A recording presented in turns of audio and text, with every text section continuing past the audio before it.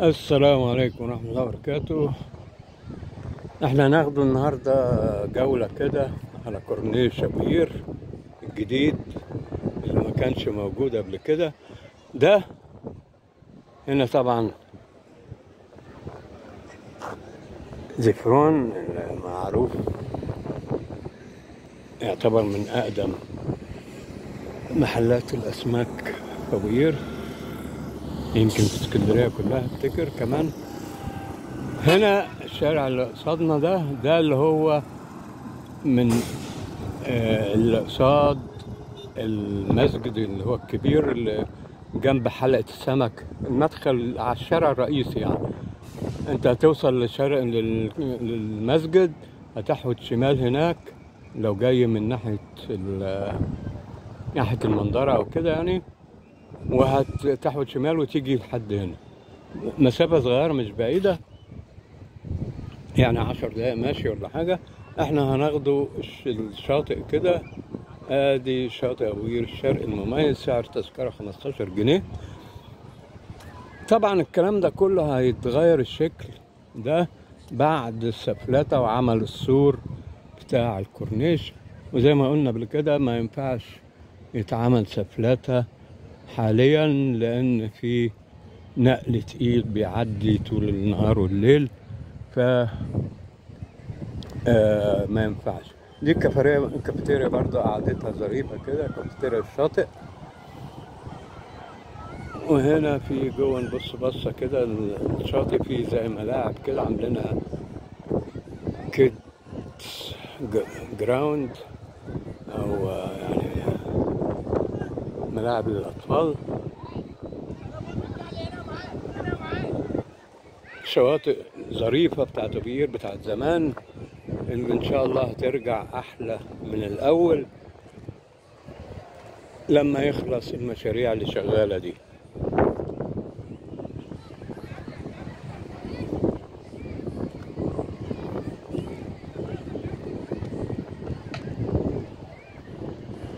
المية كانت واصلة للعمارات دي، يعني العربية اللي هناك دي الزرقاء دي، المية كانت واصلة لغاية عندها.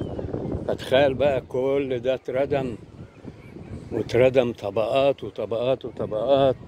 ده شاطئ أبو قير الشرقي المميز برضو، تبع تاني افتكر، برضو الفرد 15 جنيه. شامل الكراسي والشماسي والترابيزات.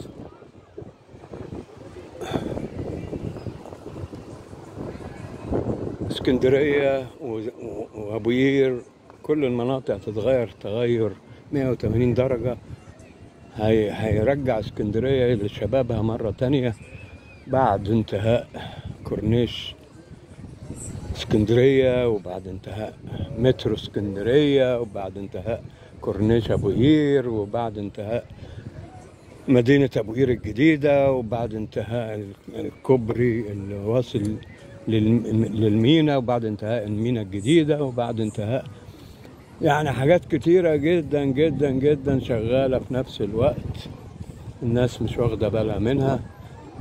اللي في الوسط ده اللي هو بيسموه الناس اللي في المجال بيسموه بغلة، اللي هي القواعد بتاعة الأعمدة في المية دي بيسموها بغلة عشان بتشيل أحمال كبيرة. فدي امتداد للكوبري. الكوبري طبعا هيجي من المينا كده ويمشي الناحية دي ويطلع الناحية التانية من غير ما يخش جوه البلد نفسه. لا، من غير ما يخش البلد نفسه. فده ميزة عشان يقلل الزحمة جوه البلد. فإن شاء الله خير كبير بإذن الله للناس، بيفتح شغل وبيفتح بيوت وبيفتح فرص عمل لكل الناس، بجانب طبعا الخدمات اللي بتبقى موجودة للناس عامة. ادي شاطئ المهندس برضو شاطئ حلو. كل الشواطئ الجديدة كل الحاجات دي كمان مع الوقت لما يتسفلت الطريق ويتعمل السور بتاع الكورنيش. شاطئ السمبو عائلات فقط.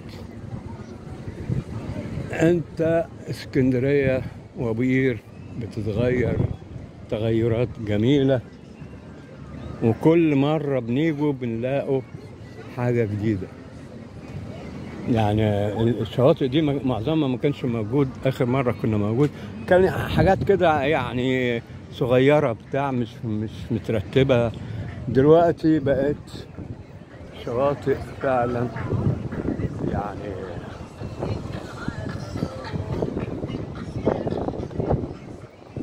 بقت شواطئ منظمة، فيها أماكن للعب أهي وشماسي وكراسي وشواطئ حلوة يعني ورملة. والناس اللي كانت بتقول شواطئ اسكندرية اختفت اهي، شواطئ ده كده أكبر مما كان عليه الأول قبل ردم البحر وعمل الكورنيش الجديد في أبو قير.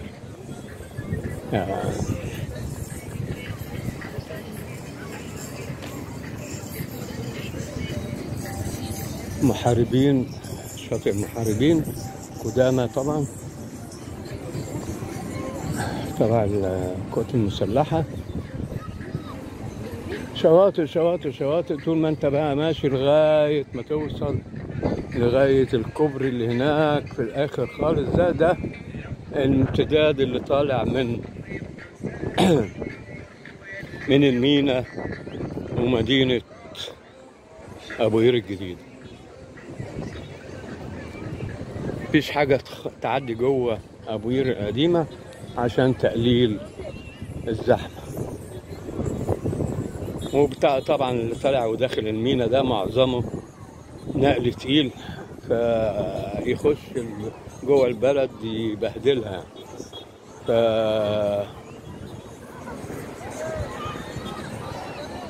كل دي شواطئ ايه ما شاء الله حلوة. وبرضو ده مرحلة من المراحل يعني ان شاء الله على السنة الجاية الصيف الجاي يعني الوضع هيبقى مختلف تماما عن الحال حاليا. الشواطئ دي هيبقى يتم الاعتناء بها اكتر، يكون خلصوا سفلاتة الطريق الكورنيش، عملوا سور، عملوا تشجير، فالعملية مستمرة. العملية مستمرة والتحسين كل يوم أحسن في حاجات كتيرة. فربنا يعين ويبارك ويقوي الناس اللي شغالة. كافيتيريا وزة برضو كافيتيريا هنا اهو.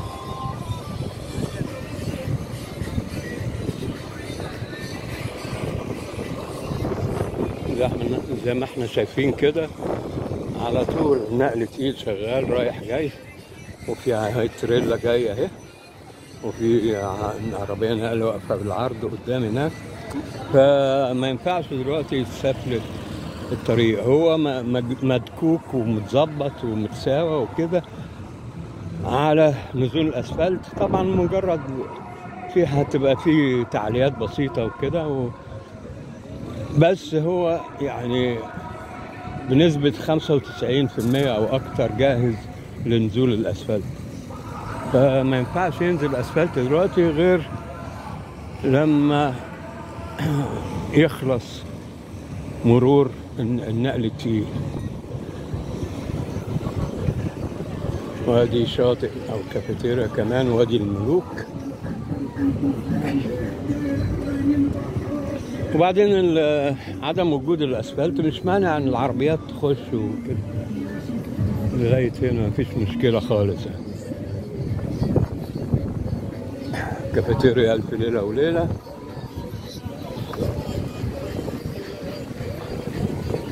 طبعا المكان بيختلف حجمه من مكان لمكان. وفي هنا لسان اهو،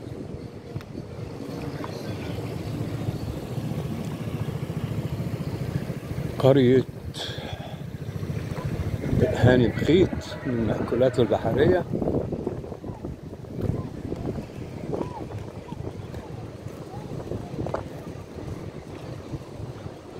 وادي لسان من الألسنة، وفي لسان تاني قدام هناك بس طبعا حاليا محجوز عشان مشروع الكوبري اللي بيتعمل.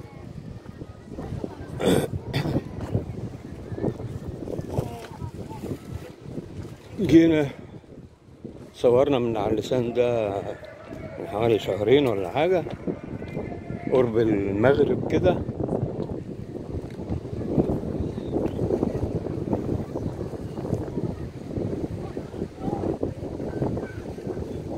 شوفوا المياه ارتفعت جوه البحر ازاي، يعني الجزء اللي هو تحت المياه ده في اللسان في الاخر ده كان عالي زي ده كده، المياه جوه ارتفعت فغطت على اللسان.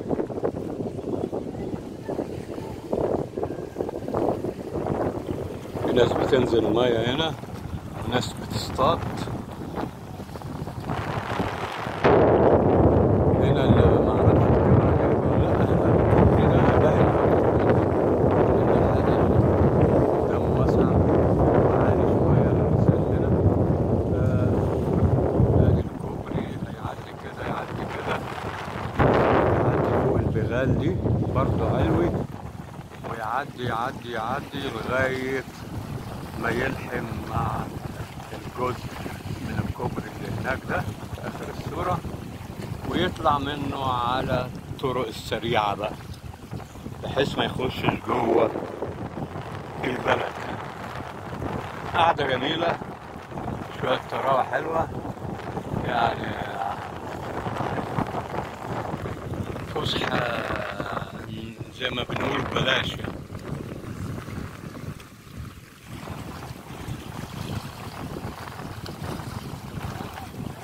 هي المناطق دي كلها اللي هي ما فيهاش شواطئ حاليا، دي اصلا كانت صخر يعني معظمها، وما كانش فيها شاطئ يعني، بس فيها قعدات جميلة. في ناس بتحب تقعد كده على البحر على طول، مش محتاجة ينزلوا المية يعني. اللي عايز ينزل المية أماكن كتيرة يعني.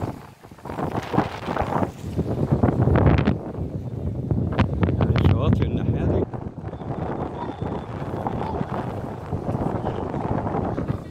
الشباب الصغير بيجي ينزل هنا، بس المفروض ممنوع طبعا. اهو الشواطئ كتيرة، بص امتدادها منين لغاية فين، كل دي شواطئ لغاية. وبعد ما تخلص المشروع بص تلاقي الشواطئ زادت كمان. احنا بنقوله المشروع في مرحلة انتقالية يعني، لسه المشروع ما خلص، كل فترة في جديد، ودايما عمار يا مصر. لا تنسونا في الاشتراك واللايك والشير عشان يجيلكم دايما كل جديد بإذن الله على قناتكم، قناة اسكندرية مع ماجد المصري، وهنحاولوا بإذن الله نجيب لكم دايما كل جديد. نكملوا الجولة نشوفوا بقية